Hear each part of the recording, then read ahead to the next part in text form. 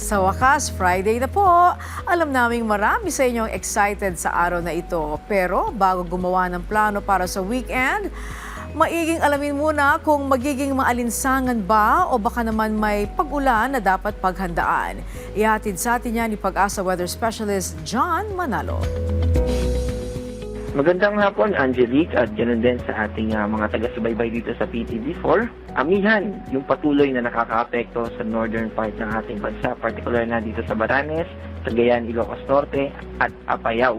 Ibig sabihin, posible yung mga pagambon sa mga binanggit natin na lugar. Pero dito sa Metro Manila at sa natitirang bahagi ng ating bansa, easterlies naman ang nakakaapekto. Mainit na hangin ito galing sa Pacific Ocean at ito rin yung nagko-contribute kaya nararanasan natin yung maalinsang panahon, mainit at hindi komportableng pakiramdam, no, lalo na sa malaking bahagi ng ating bansa. Overall, in terms of rainfall, mababa yung tsansa ng mga pag-ulan, although nandun yung posibilidad ng mga localized thunderstorms or yung mga panandaliang pag-ulan for certain areas lamang, yung mga patches o mga kaulapan na malihitan lamang. At yung ating forecast sa mga susunod na araw, by Monday ay posibleng lalakas muli itong amihan. Pero hindi na ito yung kasing lamig noong January, February, pero yung paglakas niya ay in terms of wind direction at yung paglakas din niya ay posible na magdulot nung shear line. At yung shear line ito yung salubungan ng easterlies at amihan, kaya yung mabubuo na shear line yung posibleng makaapekto at magpaulan sa eastern section ng ating bansa. Ganon din naman yung trough of LPA, may nakikita kasi tayo na posibilidad na magkaroon ng formation ng low pressure area sa labas ng Philippine Area of Responsibility at posibleng yung kaulapan nito ay makaapekto lalo na sa eastern section ng Visayas at Mindanao. Ito ay next week pa naman, starting Monday.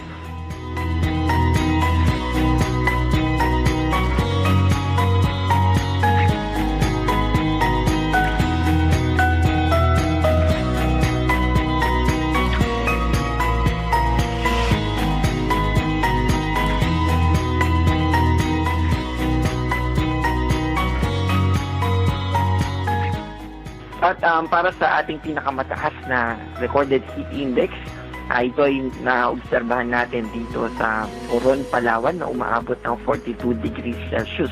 Ito ay nasa danger category na at nakikita din natin sa ating forecast na posibleng magpatuloy ito hanggang sa susunod na 2 araw.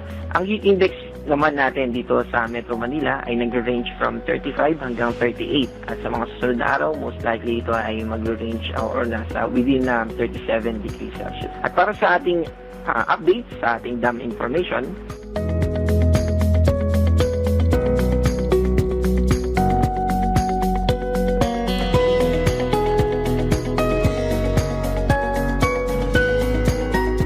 ito po si John Manalo, mag-ingat po tayo. Maraming salamat, Pag-asa Weather Specialist John Manalo.